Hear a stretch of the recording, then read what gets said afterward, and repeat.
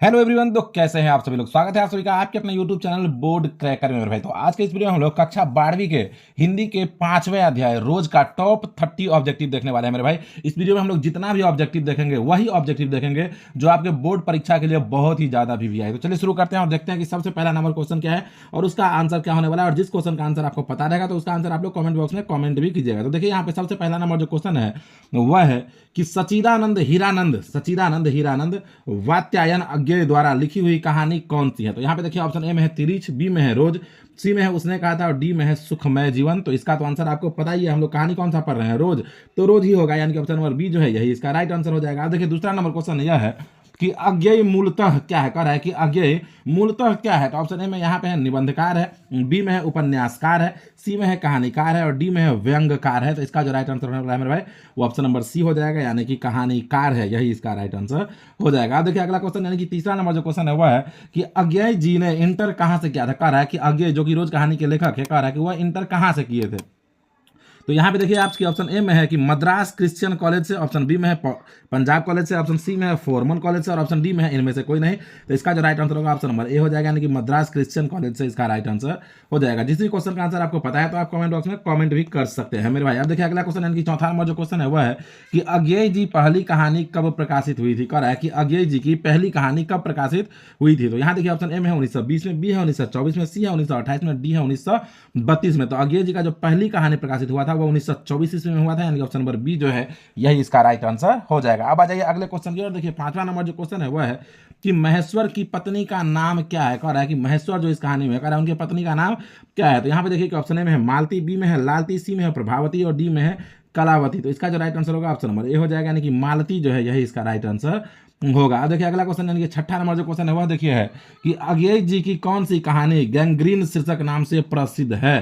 कह रहा है कि अजय जी जो है उनका कौन सा कहानी है जो गैंग्रीन शीर्षक नाम से प्रसिद्ध है। तो यहाँ पे देखिए ऑप्शन ए में है छोड़ा हुआ रास्ता, बी में है विपथगा, सी में है ये तेरे प्रतिरूप और डी में है रोज।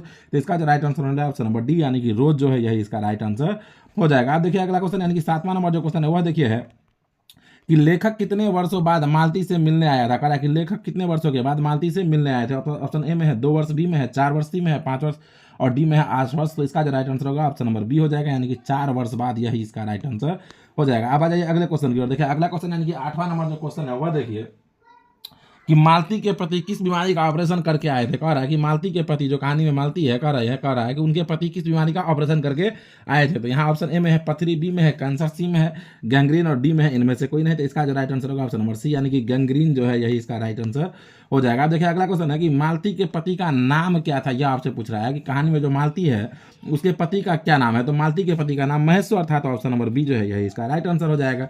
अब देखिए अगला क्वेश्चन, यानी कि 10वां नंबर क्वेश्चन है कि भारतीय ज्ञानपीठ द्वारा अज्ञेय जी को कौन सा पुरस्कार मिला था। तो कौन सा पुरस्कार मिला था बताइए। भारतीय ज्ञानपीठ पुरस्कार, यानी कि ऑप्शन नंबर सी जो है यह इसका राइट आंसर हो जाएगा। जो भी क्वेश्चन को पढ़ा है आसानी से आंसर दे सकता है। अब देखिए अगला क्वेश्चन, यानी कि 11वां नंबर है कि अज्ञेय जी ने घर में किस हस्तलिखित पत्रिका का संपादन किया था। तो ऑप्शन में है लोकबंधु, बी है आनंद बंधु, सी में है देशबंधु और डी में है इनमें से कोई नहीं। तो इसका जो राइट आंसर होगा ऑप्शन नंबर बी, यानी कि आनंद बंधु इसका राइट आंसर हो जाएगा। अब देखिए अगला क्वेश्चन, यानी कि 12वां नंबर क्वेश्चन है कि अज्ञेय जी की पहली कहानी किस पत्रिका में प्रकाशित हुई थी। कह रहा है कि अज्ञेय जी का सबसे पहला कहानी जो था वह किस पत्रिका में प्रकाशित हुआ था। जल्दी से बताइए, आप पढ़े हैं ना। तो पत्रिका या सेवा, किसमें, सेवा में। तो ऑप्शन नंबर सी जो है यह इसका राइट आंसर हो जाएगा। अब देखिए 13वां नंबर क्वेश्चन है कि महेश्वर कौन सा फल लेकर आया था। जल्दी से बताइए, कहानी आप पढ़े हैं, महेश्वर कौन सा फल लेकर आया था, आम। तो ऑप्शन नंबर यही इसका राइट आंसर हो जाएगा। अब देखिए अगला क्वेश्चन की 14वां नंबर, देखियो मेरे भाई, हिंदी का ऑब्जेक्टिव यदि आप कहानी को पढ़ लेते हैं तो एकदम आसानी से बन जाएगा। तो कहानी को आप पढ़िए। देखिए 14वां नंबर क्वेश्चन है कि रोज कहानी का कौन सा पात्र डॉक्टरी पेशा से जुड़ा था। कह रहा है कि रोज कहानी का कौन सा पात्र है, रोज जो कहानी हम लोग पढ़े उसमें कौन सा पात्र है जो डॉक्टरी के पेशा से जुड़ा हुआ है। तो यहाँ पे देखेंगे आपके ऑप्शन ए में है मालती, बी है महेश्वर, सी है मालती के रिश्ते भाई और डी में है इनमें से कोई नहीं। तो कौन डॉक्टरी से जुड़ा हुआ था, महेश्वर, यानी कि ऑप्शन नंबर बी जो है यही इसका राइट आंसर हो जाएगा। अब देखिए 15वां नंबर क्वेश्चन है कि अज्ञेय जी ने कितनी वर्ष की उम्र में कविता लिखना शुरू कर दिया था। ऑप्शन ए है 10, बी है 12, सी है 15 और डी है 20। तो इसका जो राइट आंसर होगा ऑप्शन नंबर ए हो जाएगा, यानी कि 10 वर्ष इसका राइट आंसर हो जाएगा। अब देखिए अगला क्वेश्चन, यानी कि 16वां नंबर जो क्वेश्चन है वह है कि मालती का पति क्या है। कह रहा है कि मालती का पति क्या है। तो जल्दी से बताइए आप, मालती के पति क्या थे, डॉक्टर थे, यानी कि ऑप्शन नंबर ए जो है इसका राइट आंसर हो जाएगा। देखिए अगला क्वेश्चन, यानी कि 17वां नंबर है कि तारसपदक का संपादक कौन है।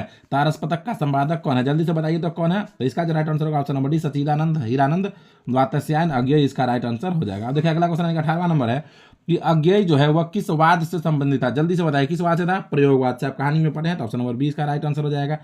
अब देखिए अगला क्वेश्चन 19वां नंबर जो क्वेश्चन है वो है कि इनमें अज्ञेय का नाटक कौन है, कह रहा है कि इनमें से कौन है जो अज्ञेय जी का नाटक है। तो ऑप्शन में करबला, बी है बकरी, सी में है उत्तर प्रियदर्शी और डी में है सिपाही की मां। तो इसका जो राइट आंसर होगा ऑप्शन नंबर सी हो जाएगा, यानी कि उत्तर प्रियदर्शी इसका राइट आंसर हो जाएगा। अब देखिए अगला क्वेश्चन 20वां नंबर है कि गैंग्रीन इनमें से किससे संबंधित है। तो ऑप्शन ए में है पशु, बी में है देश, सी में है वनस्पति और डी में है बीमारी।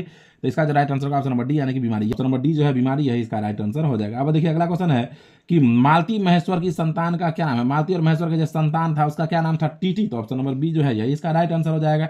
याद है ना मेरे भाई, तो आप वीडियो को लाइक करके चैनल को सब्सक्राइब कर लीजिए। अब देखिए अगला क्वेश्चन है कि 22वां नंबर है कि नदी के द्वीप किसकी रचना है, कह रहा है कि नदी का द्वीप जो है वह किसकी रचना है। तो ऑप्शन है उदय प्रकाश का, बी है अज्ञेय का, सी है मलयज का और डी में मनीम धूकर का। तो इसका जो राइट आंसर होगा ऑप्शन नंबर बी हो जाएगा, यानी कि अज्ञेय जो है यही इसका राइट आंसर हो जाएगा। अब देखिए अगला क्वेश्चन है कि 23वां नंबर जो क्वेश्चन है वो है कि अज्ञेय को ज्ञानपीठ पुरस्कार किस रचना पर प्राप्त हुआ। कह रहा है कि अज्ञेय को ज्ञानपीठ पुरस्कार जो है वह किस रचना पर प्राप्त हुआ था। ऑप्शन ए में है कितनी नावों में कितनी बार, बी में है बबरा अहेरी, सी में है आंगन के पार द्वार, डी में है शेखर एक जवानी। तो इसका जो राइट आंसर होगा ऑप्शन नंबर ए हो जाएगा।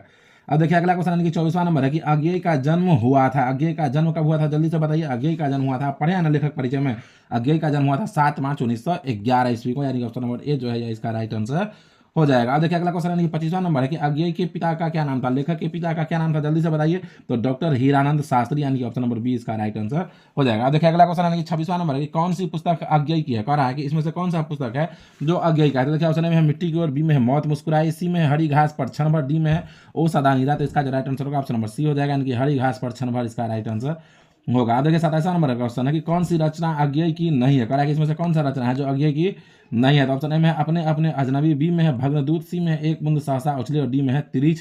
तो इसका जो राइट आंसर होगा ऑप्शन नंबर डी हो जाएगा, यानी कि तिरिच जो है यही इसका राइट आंसर हो जाएगा। अब देखिए अगला क्वेश्चन है कि 28वां नंबर क्वेश्चन है कि रोज कहानी की नायिका कौन है। इस कहानी की नायिका कौन है। तो नायिका कौन है, मालती है ना मालती। तो मालती हो जाएगा इसका राइट आंसर।